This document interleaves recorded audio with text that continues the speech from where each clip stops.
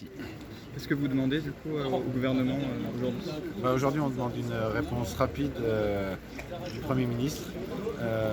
Principalement, ce qui peut être rapidement fait, c'est de mettre en place des contrôles sur la loi Egalim, ou renforcer ces contrôles.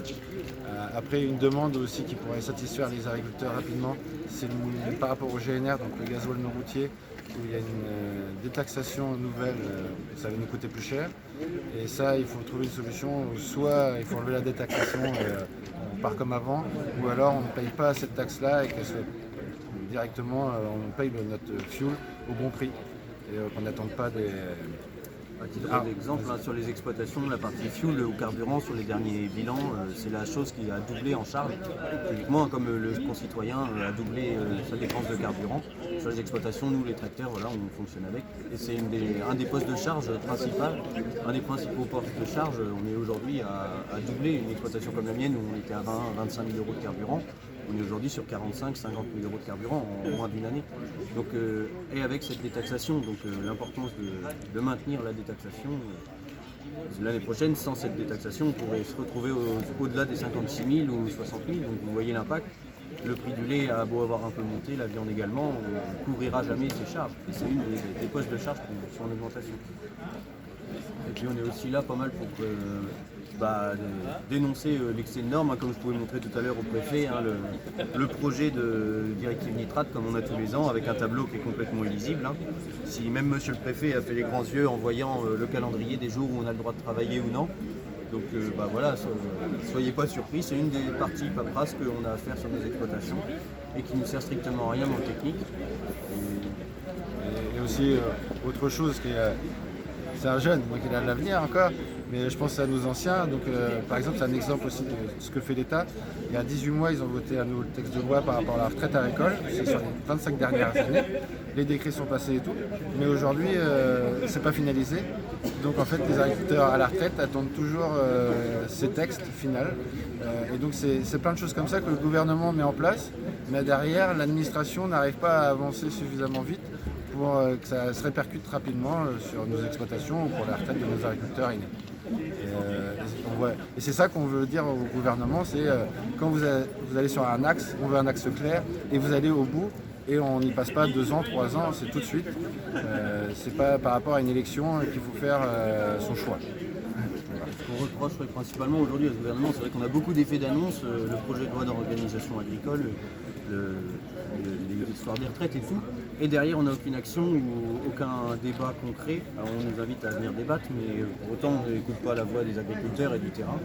Donc sincèrement, on a une grande demande auprès de ça. Donc c'est vrai que sur le département, on a déjà convoqué pour demain nos députés et autres. On essaie de le faire 1 fois, 2 fois par an pour vraiment débattre et les tenir informés du terrain, de leur canton et leur circonscription, pour qu'à l'Assemblée, ils puissent porter les voix réelles des agriculteurs. Voilà. Et on espère ce coup-ci être écouté, parce que ça fait des années qu'on fait ça et on fait des mesurettes et on n'avance pas dans le problème. Les dernières grosses manifs c'était 2015, 2019, tous les 4-5 ans on revient à ça. On a un peu marre aussi de faire ça finalement, il faudrait avoir un message clair du gouvernement, surtout qu'on a un président qui est là quand même 2 mandats et il a le temps d'avoir fait bien les choses. En grande surface ou ailleurs, les prix augmentent. Comment expliquer à nos lecteurs que leur panier coûte de plus en plus cher alors qu'en face vous expliquez que ça ne suffit pas pour vous permettre de vivre? Comment expliquer ce paradoxe? Justement, c'est aussi pour ça qu'on tient absolument à avoir des actions pacifiques parce qu'on sait très bien que le consommateur aujourd'hui nous soutient et on comprend exactement sa situation. Nous aussi, on est consommateurs, nos paniers de courses ils ont explosé. Donc on n'est pas contre, nous notre partie qui nous permet de vivre, à titre d'exemple, sur du lait que le consommateur achète 1 euro, aujourd'hui c'est 40 centimes la brique de lait. Si on la passe à 42 centimes pour l'agriculteur ou 44 centimes, c'est 4 centimes pour le consommateur, c'est rien du tout. Mais pour nous, ça fait toute la différence sur nos exploitations, ça nous permet de couvrir toutes les charges. Donc on sait que le consommateur est prêt à le faire, sauf que derrière nos intermédiaires et nos grandes surfaces, quand ils entendent parler de 4 centimes, eux, leur marge les explose, ils sont capables de passer à 1,20 en disant qu'il faut rémunérer mieux les agriculteurs. Et on a M. Édouard Leclerc qui est toujours à faire le malheureux à la télévision, on le voit souvent dans les médias et c'est intolérable de dire qu'il veut absolument préserver le pouvoir d'achat. Non, il préserve avant tout sa marge et le pouvoir d'achat pour autant des Français, il n'a pas évolué. La partie matière première a enfin atteint à peu près son prix l'année dernière, qui pouvait pour couvrir les charges. Et aujourd'hui, on demande encore une petite réhausse. Et aux consommateurs, ce sera un faible impact par rapport à l'envergure de l'impact sur nos exploitations. Et on sait que l'ensemble des consommateurs sont prêts à nous suivre sur cette petite hausse qu'on peut demander. Parce que en parlant chiffres, c'est pour le consommateur sur le dernier mois, on nous parle de plus 8% pour le consommateur, et nous c'est moins 7%. Donc où va l'argent qui est entre deux donc c'est les transformateurs. Et on sait que les transformateurs, il y a certains qui sont en difficulté aussi, à part des groupes comme Lactalis où c'est un faiseur mondial, donc il pèse gros, donc il essaye de diminuer les prix. Mais il y a cette marge-là qui rentre plus correctement dans la répartition de la marge pour tout le monde. Et c'est ça où on réclame que l'État, Camille Egalim, fasse bien les choses pour qu'on voie bien un avenir pour tout le monde. Aujourd'hui, c'est quoi le meilleur moyen pour un consommateur pour vous soutenir? Déjà d'acheter des produits 100% français, clairement. Aujourd'hui, on nous impose des normes, comme on vous a expliqué toutes les normes. L'agriculture, on commence à en avoir vraiment ras-le-bol des normes. S'il faut le faire, pas de souci, mais le problème c'est qu'on importe de plus en plus de produits qui n'ont pas du tout ces normes-là. Donc on nous enlève des produits phytosanitaires sous le principe de précaution. Jusque-là, on l'accepte. Techniquement, on est dans une impasse parce qu'on n'a pas forcément les solutions en face. L'État n'investit plus non plus dans les INRA ou autres pour sortir de nouvelles variétés et ainsi de suite.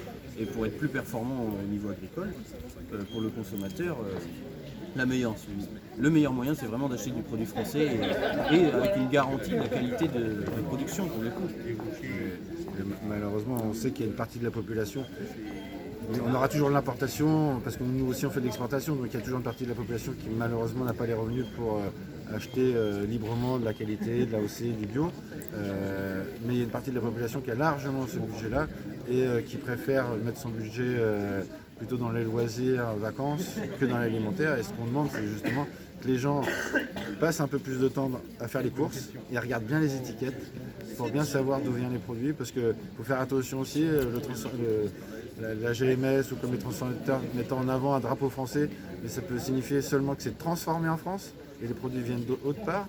Et c'est ça où malheureusement il faut que les gens passent du temps à lire les étiquettes pour bien choisir. Et après il y a aussi tout ce qui est filière courte, mais ça on comprend aussi que les gens n'ont pas obligatoirement le temps pour ça. Donc c'est déjà regarder ces étiquettes, c'est important.